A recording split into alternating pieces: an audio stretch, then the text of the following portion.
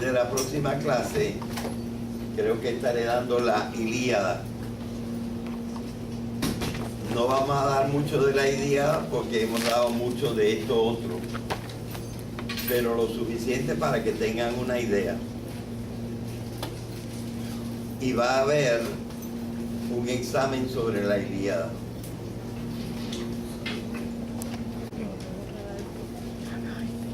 La clase de hoy la vamos a dedicar a dar unas ideas complementarias sobre el pensamiento análogo. Aunque lo menos que he dado es el pensamiento metafórico y mítico. Creo que di una o dos clases sobre esto. Prefiero darles algo sobre el pensamiento análogo porque probablemente nadie más les va a hablar de esto. Y también porque en la misma biblioteca y en mi casa tengo montones de DVDs sobre el pensamiento mítico. Es más, en YouTube me parece que hay toda una serie, no sé si la serie completa, de un cursillo que di sobre el pensamiento mítico, de 16 clases de 2 horas. Digo, bueno, 8 clases de 2 horas, 16 horas. Así que ustedes tienen acceso a cosas que yo he dado sobre el pensamiento mítico, mientras que casi nada está en DVD sobre el pensamiento análogo. Ya nosotros hemos hablado por lo menos en 2 ocasiones del pensamiento análogo. Y una cosa muy importante de que he hablado es que el pensamiento análogo, que es un pensamiento lógico, es un pensamiento muy refinado, por decir así, tiene más suposiciones que el pensamiento unívoco. Y esto es lo que hace que haya una tradición entre los científicos de no hacerle mucho caso al pensamiento análogo. Porque el pensamiento análogo tiene algunos presupuestos expresos. Es decir, el pensamiento análogo sabe que está suponiendo unas cosas que no puede probar directamente. Nosotros hemos hablado de las suposiciones, de los supuestos. Para un momentito.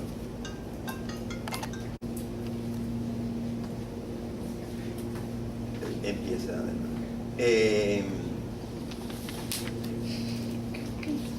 Quiero explicarles bien los supuestos. La palabra misma, suponer,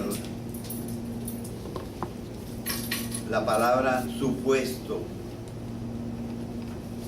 la palabra presupuesto, no en el sentido económico, sino en el sentido de algo que yo supongo antes de conocer las cosas.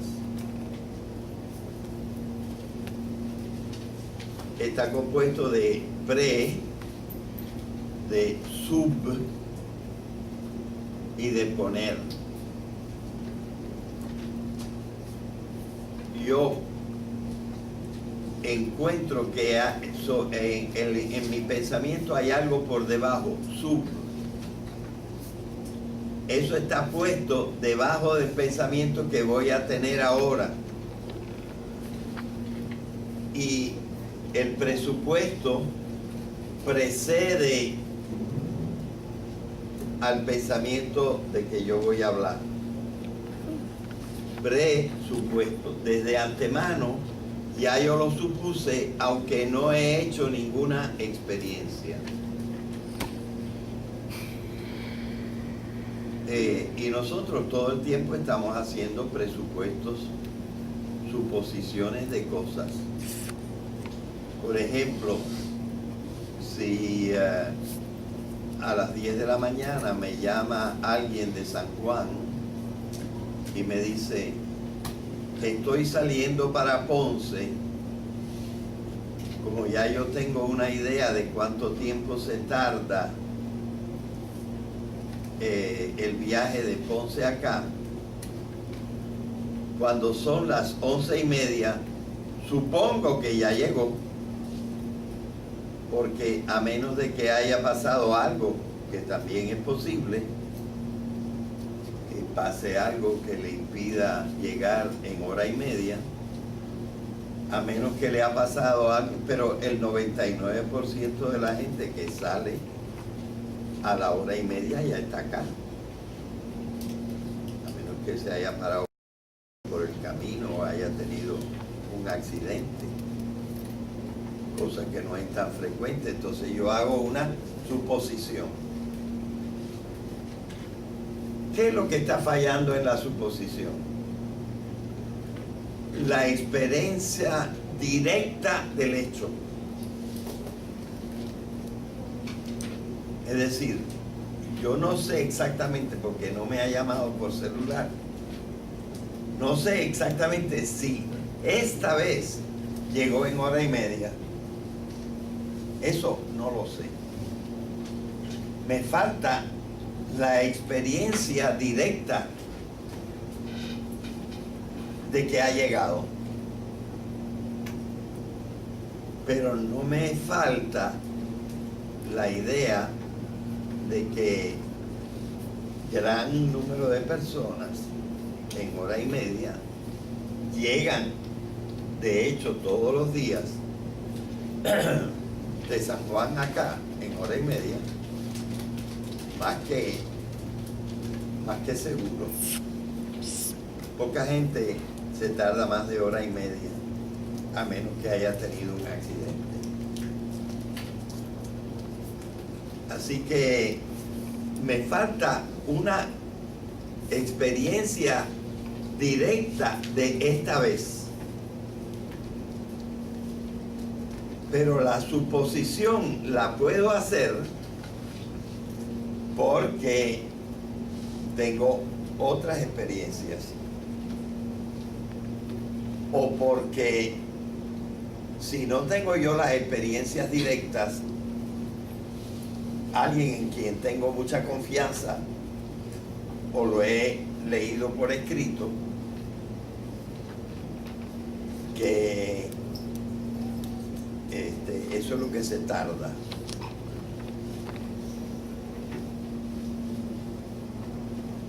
Entonces, digamos que ¿cómo podemos expresar este presupuesto? Podemos expresar este presupuesto así. Las cosas en el mundo son coherentes. Es decir, si suceden en unas veces así, las otras veces van a suceder así también. Y no es solamente la cuestión de suceder. Todo. Eso pasa en todo. O sea que podemos decir que el mundo es coherente. Podemos decir que el mundo es coherente. Vamos a explicar la palabra coherencia. Quizá si empezamos por la palabra adherir, una cosa que se adhiere a otra, podemos entender mejor la palabra coherencia. Fíjense que aquí era adherir y se convirtió después en adhiere, pero es la misma palabra. Las cosas, es decir, aquí está pegado, eso es lo que quiere decir. Coherente es decir que una cosa está pegada con otra. Y una experiencia que nosotros tenemos del conjunto de las cosas y que la ciencia admite es que el mundo es coherente. Así que en el pensamiento análogo yo no me baso tanto en que ocurrió y yo sé y experimenté que ocurrió, pero yo me baso en que el mundo es coherente y que si unas veces suceden y yo sé que hay los mismos eventos, las cosas van a pasar igual.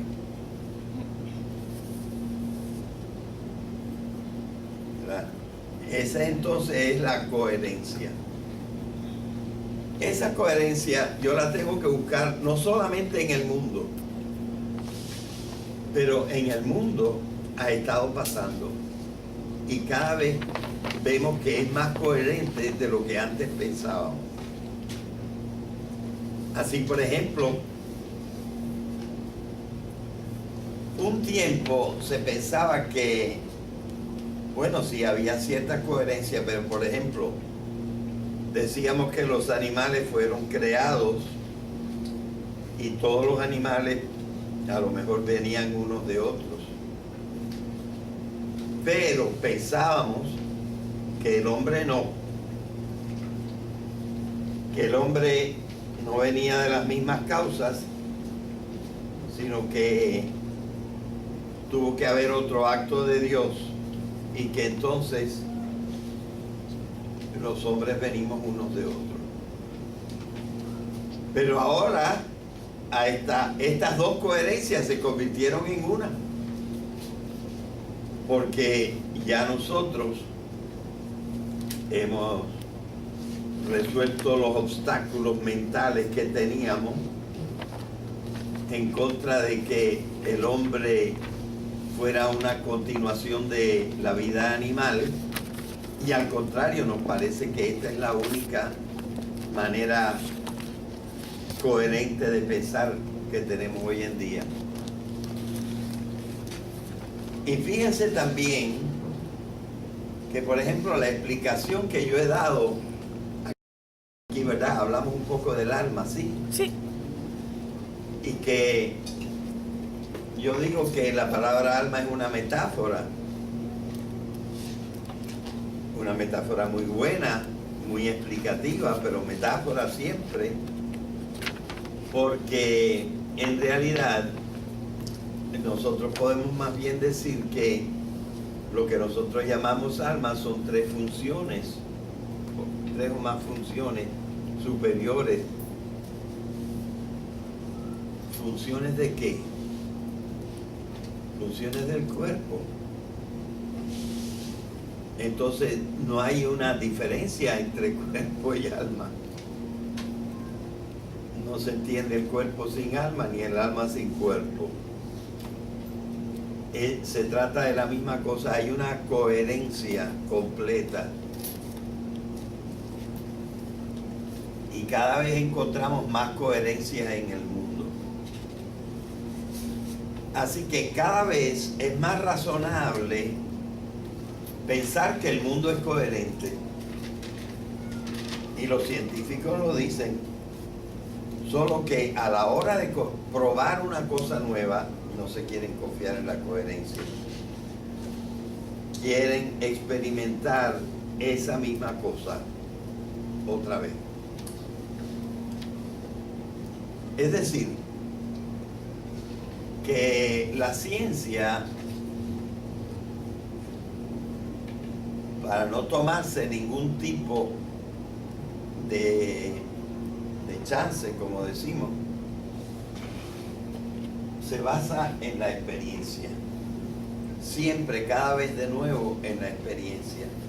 En la experiencia de la cosa particular de que yo quiero hablar.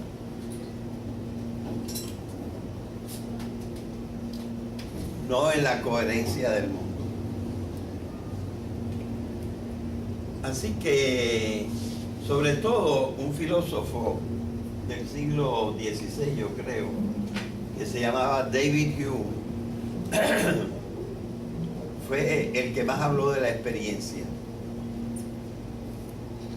Y como la ciencia trata de hechos y cosas constatables, pues para él la experiencia en la ciencia tiene que ser universal.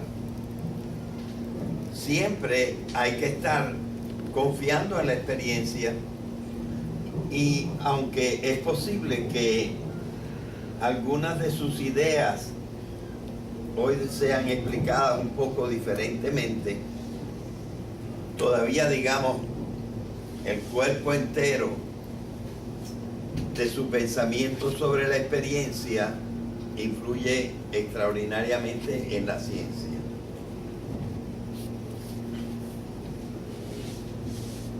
Lo que pasa es, bueno, hay otro tipo de coherencia que tenemos que tener en mente. Y es que no solamente las cosas y los hechos son coherentes,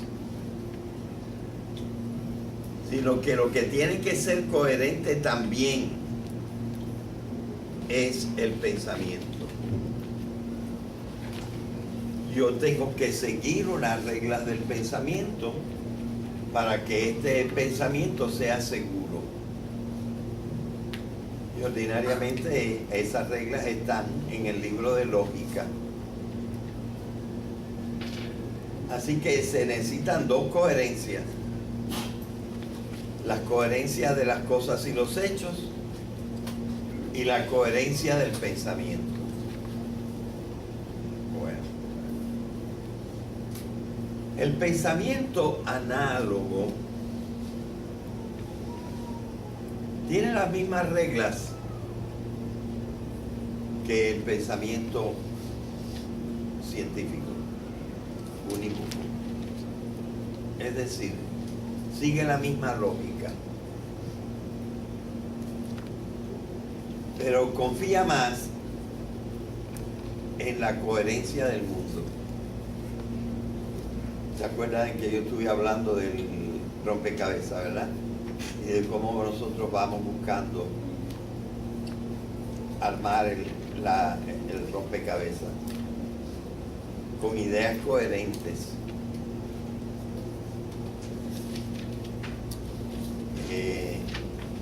Y el pensamiento análogo siempre hace mucho caso de esa coherencia del pensamiento.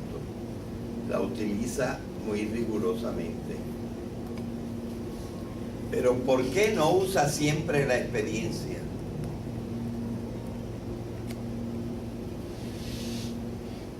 Porque supone que además de las cosas y hechos constatables, hay cosas y hechos no constatables.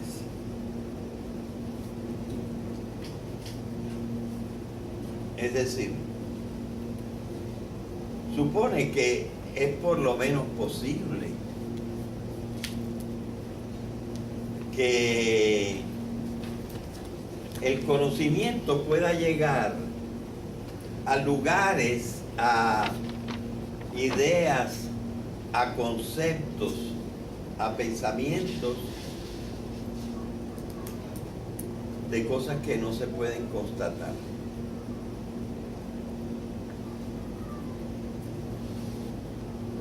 Por ejemplo, incluso ahora la ciencia está usando algunos de estos conceptos. Por ejemplo, el concepto de infinito.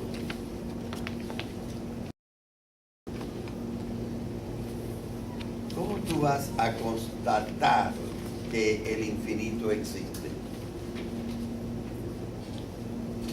Por la experiencia física no se va a poder. Quizá por las matemáticas alguien muy poderoso podría como hacer razonable que el infinito existe. Pero el infinito no puede ser objeto de experiencia. Nos vamos por eso a privar de utilizar la palabra y el concepto de infinito. La misma ciencia no se ha privado del todo del uso del concepto de infinito, y así con otros conceptos. Es verdad que estos conceptos de que estamos hablando están muy alejados de la experiencia. Pero eso no quiere decir que no hayan sido hechos con el mismo pensamiento lógico con que están realizados los otros razonamientos que son científicos. De manera que se puede decir que nosotros no tenemos la misma certidumbre en el caso del pensamiento análogo que la certidumbre que tenemos en el caso del pensamiento unívoco. Porque el pensamiento análogo tiene un presupuesto. Y ese presupuesto es la experiencia directa de las cosas.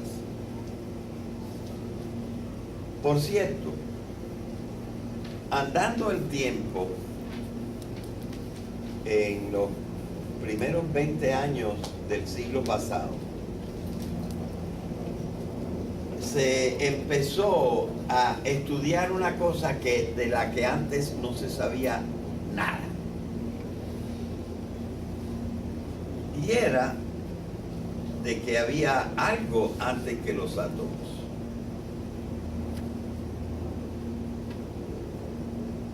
Es decir, se empezó a pensar sobre lo que al principio se llamaba la física de partículas o la física de lo subatómico, y que hoy en día se conoce más bien como la física cuántica. Entonces, unas cosas que no fallaban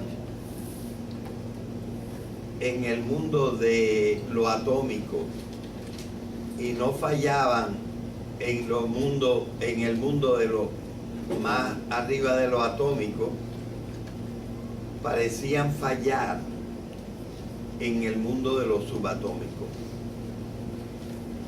Es decir, sería el mundo de lo subatómico menos coherente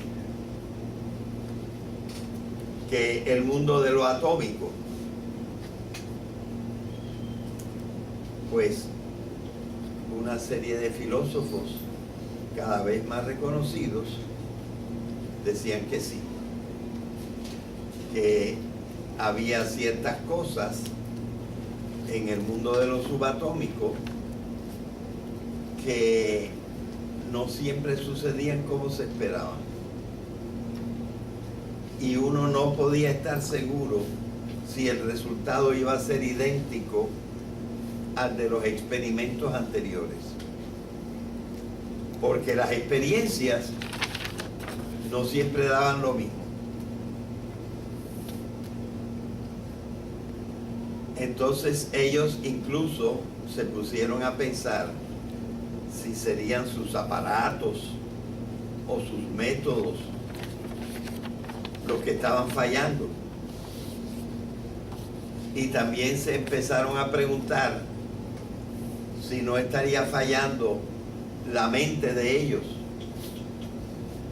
Pero la coincidencia de varios científicos, unos con otros, vieron que había muy pocas posibilidades que fuera cuestión de que no estaban usando o que no tenían los instrumentos adecuados para el experimento que estaban haciendo. Y tampoco se debía a que ellos estuvieran fallando en su mente en los cálculos.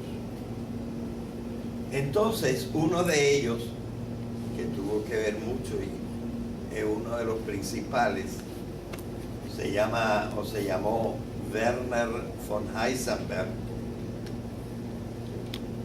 formuló lo que llamó el principio de incertidumbre. El principio de incertidumbre es que no podemos estar seguros, ciertos, incertidumbre. No podemos estar siempre en la certeza de que las cosas van a ocurrir puestos los mismos fundamentos de la misma manera. Me parece que esto tenía que ver sobre todo con una cosa que se llama el spinning de los electrones, pero no estoy completamente seguro. El principio de incertidumbre. Entonces la ciencia empezó a decir, ya ven, nosotros teníamos razón en no confiar en el presupuesto de la coherencia del mundo. Porque por lo menos al nivel de lo subatómico, esta experiencia falla. Bueno, es un hecho que la mayor parte de los científicos admiten el principio de incertidumbre. Enferma esto totalmente la idea en que se basa el pensamiento análogo. Yo diría que no es seguro que lo enferma. ¿Por qué? Primero, esto sucede a nivel subatómico.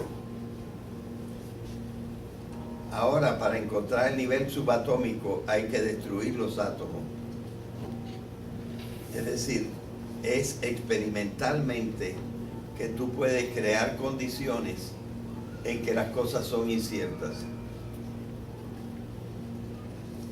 En el mundo de lo atómico para arriba, las cosas suceden por leyes inexorables. Aunque existe caos también en el mundo. Bien. Esto se aplica a una serie de ideas que existían desde la antigüedad, que voy a presentar de dos maneras. Primero, hablando del ser, y segundo, hablando de algo que hay en el ser que se llama las causas.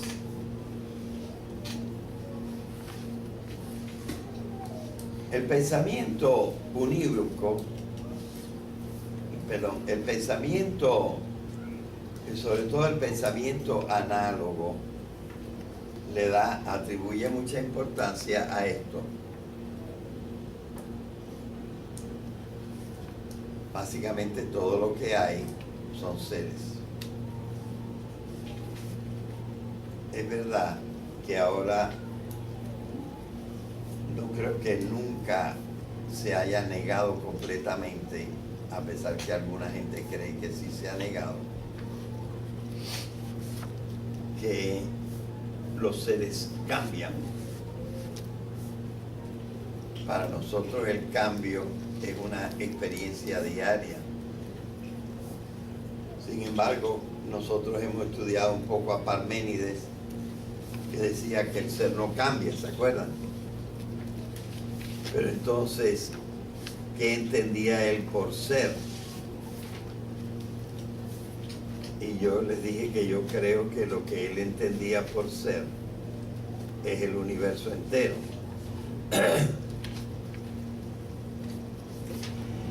El universo cambia en sus partes, pero en otro sentido el universo tiene unas constantes y es siempre el mismo universo. Y se puede unir el problema de la unidad con el problema de la multiplicidad. Todo es ser o subsiste en el ser. Los hechos y los accidentes subsisten en el ser. Pero no todos los seres son completamente iguales. Los seres son análogos. Se parecen los unos a los otros. Por ejemplo, hay una partida de seres que son sólidos en ciertas condiciones. Hay una partida de seres que son vivos. Y la vida consiste más o menos en la misma cosa, aunque unos sean vida vegetal y otros sean vida animal.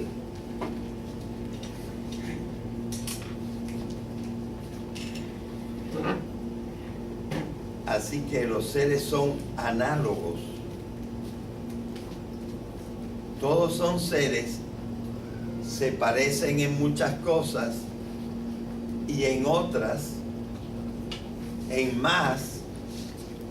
las más importantes, no siempre se parecen. Y nosotros sabemos que de las cosas que nosotros conocemos, el ser que parece que tener más propiedades es el ser humano,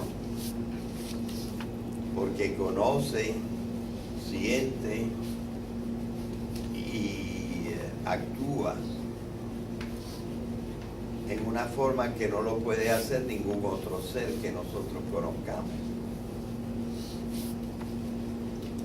Y después de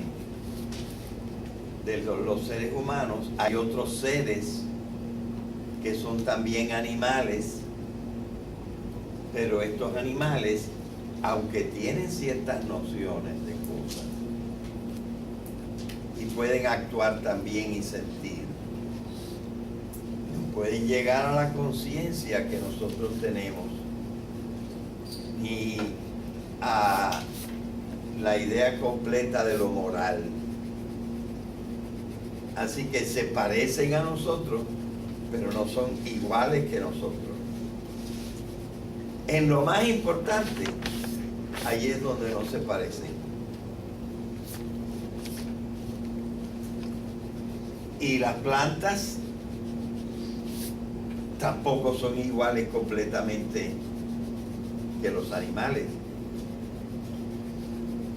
En unas cosas importantísimas como el desplazamiento y la sensibilidad, los animales son superiorísimos a las plantas. Pero las plantas, de todas maneras, tienen unas cualidades y unas propiedades que las cosas no vivas ni sueñan tener. De manera que los seres se parecen unos a otros. Pero aunque hay una semejanza de los seres de unos y otros, las diferencias son mayores que las similitudes. Esto es algo a lo que el pensamiento análogo le da mucha importancia.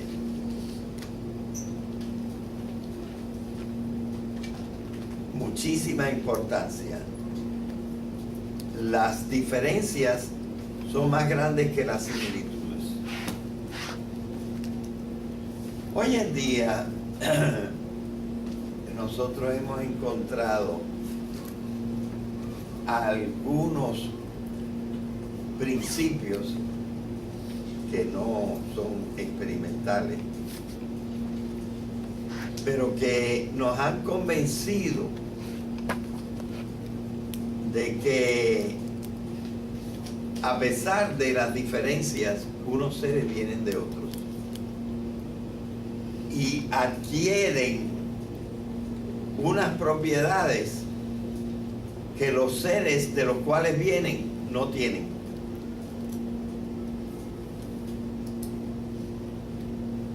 Y yo he explicado en detalle este pensamiento. Este pensamiento es un pensamiento análogo, pero un pensamiento análogo admitido por la filosofía de la ciencia. ¿Y cómo se llama este pensamiento? ¿Algunos recuerdan? Este pensamiento se llama el pensamiento de la emergencia.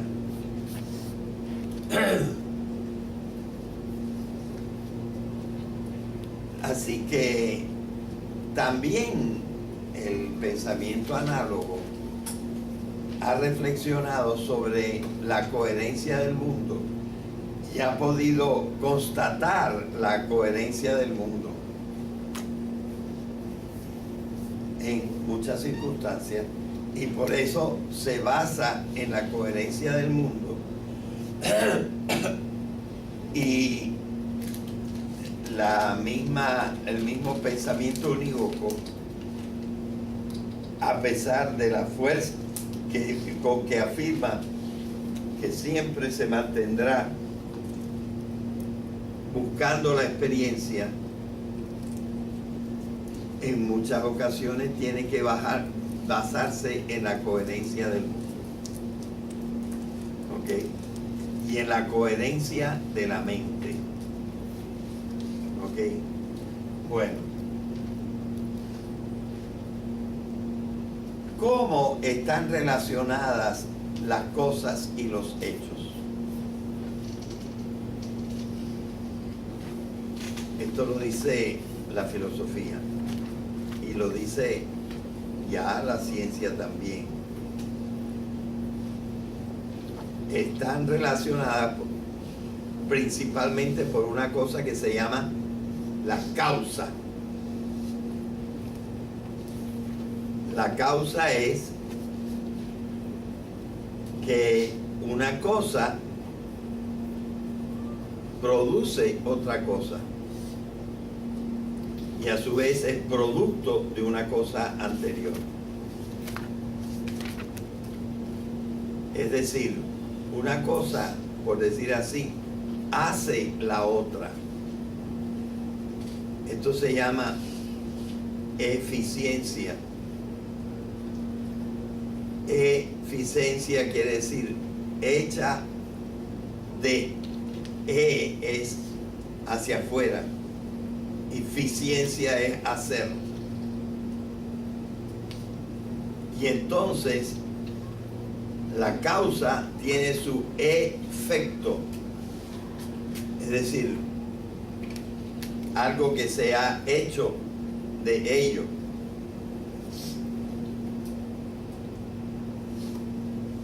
Bueno, Así que en el mundo atómico y supraatómico, nosotros no tenemos duda de las causas. Claro, el mundo de lo subatómico todavía no es 100% conocido. Y por eso el mismo principio de incertidumbre de Werner von Heisenberg no se puede situar en su lugar exacto, porque todo el sistema de lo subatómico está todavía incompleto en el conocimiento que tenemos de esos subatómicos. Así que, aunque existe el problema del principio de la incertidumbre, la coherencia del mundo no se ha derrumbado por eso. Y es tan importante para nosotros llegar a pensar a las cosas no experimentables, que nosotros tenemos que corrernos el chance, corrernos el peligro de que nos equivoquemos. Pero la equivocación sería bastante moderada, porque a pesar de el principio de incertidumbre, la coherencia del mundo no se ha desbaratado. El mundo sigue con su aceleración progresiva, sigue expandiéndose, no hay más ni menos energía. Es decir, nosotros tenemos una serie de constantes que nos aseguran la coherencia del mundo. Y si esto es dirigido o referente a lo físico, nosotros hemos encontrado, aunque con dificultad, una serie de ideas y teoremas, sobre todo en la matemática, que nos han asegurado que primero que el pensamiento parece adecuado a la realidad, y segundo que el pensamiento en sí, una parte con la otra, también son coherentes, y que podemos tener razonamientos y que podemos pasar de un conocimiento a otro conocimiento. Y en esto es lo que se basa mayormente el pensamiento análogo, cuando empieza a reflexionar sobre cosas no constatables por la experiencia. Uno de los razonamientos más básicos de esto es el conocimiento por las causas. Nosotros sabemos que en muchas cosas podemos decir que A produce B, B produce C, C produce D, D produce E, y así sucesivamente en muchas cosas. Y entonces se forma una secuencia. Estas secuencias también se combinan y entonces se forman secuencias más grandes. Por ejemplo, los átomos empiezan a tener diferentes secuencias en moléculas. Las primeras moléculas tienen secuencias en polímeros. Los polímeros tienen secuencias en organismos. Y así sucesivamente. O sea, las secuencias se complexifican, se hacen cada vez más complejas. Pero todos son secuencias. Bien. Volvamos a la cosa A. Se puede decir que la cosa A es la causa primera. Pues sí y no. En un sentido sí, en otro sentido no. Es la causa primera en una secuencia. Pero verdaderamente no es la causa de la secuencia.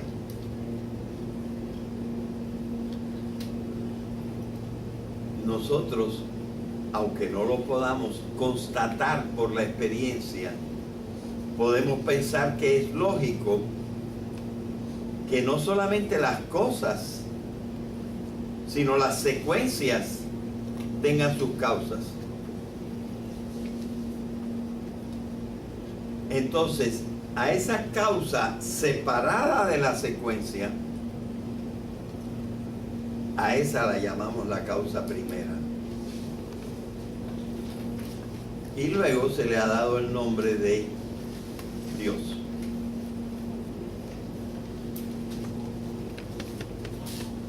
Es así como el pensamiento análogo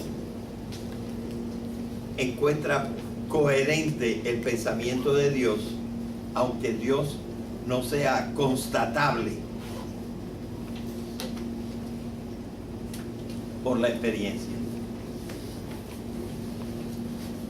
Y la importancia del pensamiento análogo, aunque el pensamiento análogo se usa también en la ciencia, la mayor parte, es decir, la parte más alta del pensamiento análogo es cuando ya nos salimos de la capacidad, de la posibilidad de experimentar.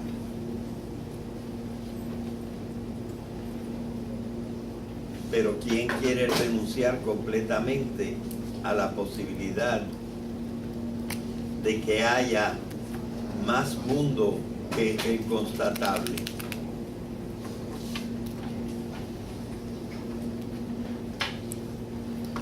Aunque las diferencias de estas cosas sean mayores que las similitudes. Por ejemplo, lo que llamaríamos el tipo de existencia de esta causa primera,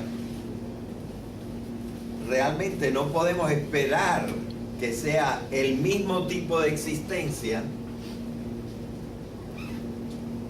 que de las otras causas, de las otras cosas. Pero lo que nosotros hemos visto es que esas diferencias que son más grandes que las similitudes, sin embargo, son ordinariamente las cosas más importantes, las cosas en que difieren. Y hablando entonces de estas causas primeras, podemos decir que la causa primera sería